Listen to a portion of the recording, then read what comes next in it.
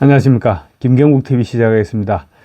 윤석열 대통령을 체포하겠다면서 한남동 대통령 관저 앞으로 몰려들었던 민노총이 결국은 사고를 쳤습니다.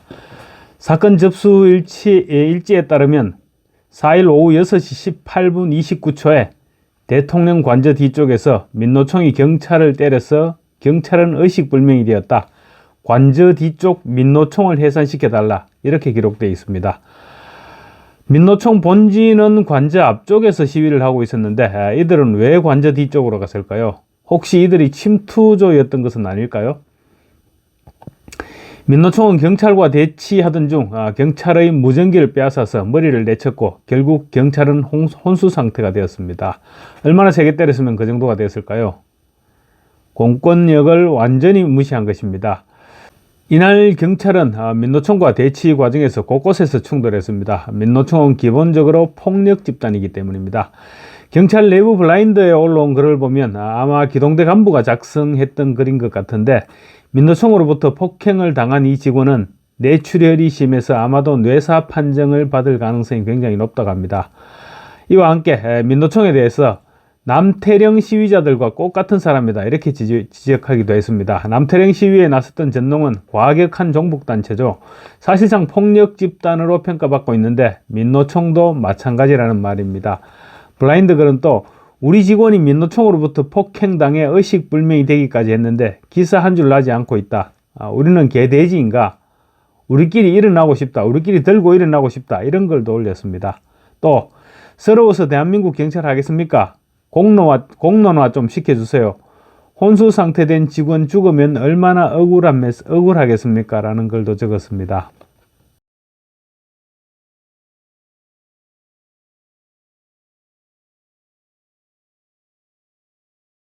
민노총은 이미 폭력 집단으로 변화한 지 오래됐습니다. 지도부의 간첩들이 득실거리면서 종북단체로 낙인 찍혔을 뿐만 아니라 집회만 하면 폭력 사건을 일으키면서 폭력 집단이 되어버린 것입니다.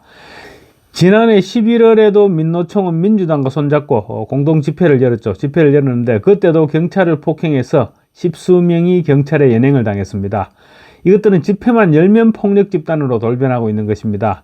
이런 조직은 영원히 대한민국에 발을 붙이지 못하도록 해야 합니다.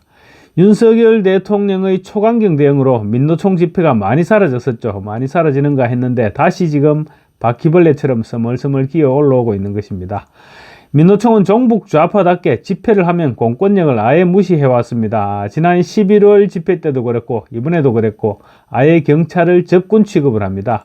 오늘 집회 현장에서 경찰과 충돌하는 장면이 이랬습니다. 봉변까지 하고 아예 폭력 행사를 계획하고 집회를 했던 것입니다. 폭력 장면은 영상으로 보시고 의식불명 상태가 된 해당 경찰관을 폭행하는 장면은 멀어서 제대로 보이지는 않지만 그래도 잔인한 모습인 관계로 스틸 사진으로 올려보겠습니다. 우리의 진행조끼가 부끄럽지 않도록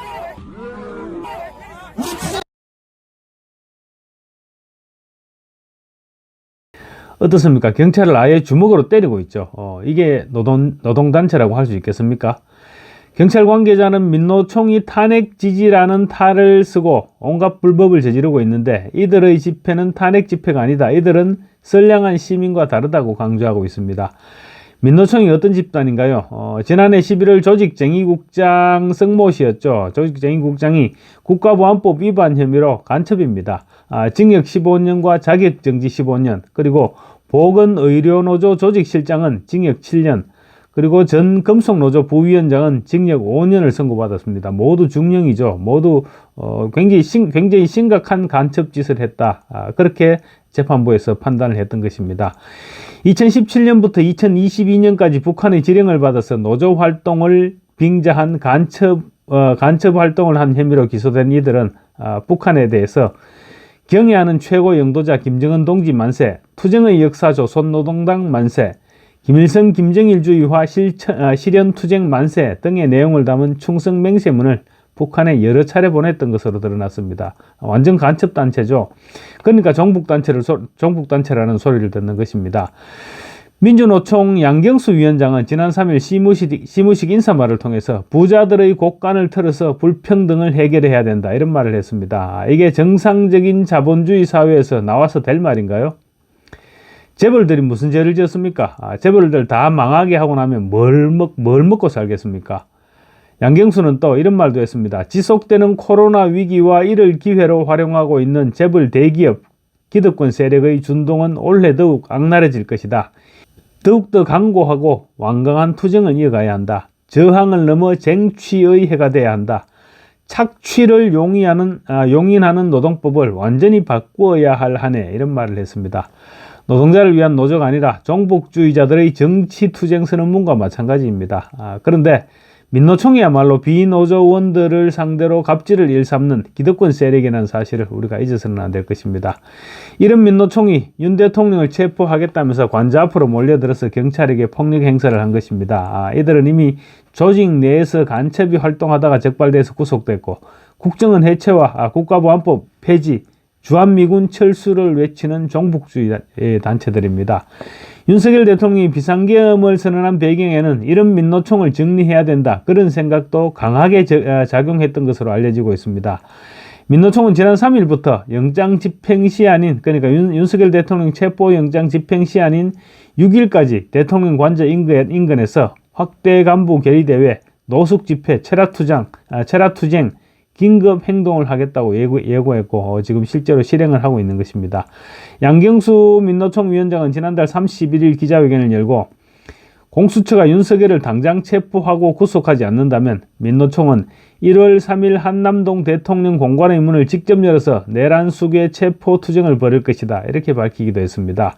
그러면서 지금 당장 관저에서 걸어나와 수갑을 받지 않으면 민노총은 전국 조합원들을 한남동 관저로 집결시킬 것이다. 분노한 노동자 시민이 대통령궁에서 독재자를 끌어내는 해외의 사례처럼 강력한 투쟁을 전개할 것이다 이렇게 덧붙였습니다. 이게 바로 반국가 단체가 아니면 무엇입니까? 이들이 바로 내란 세력입니다. 그렇다면 이들을 사고도는 민주당은 또 무엇입니까?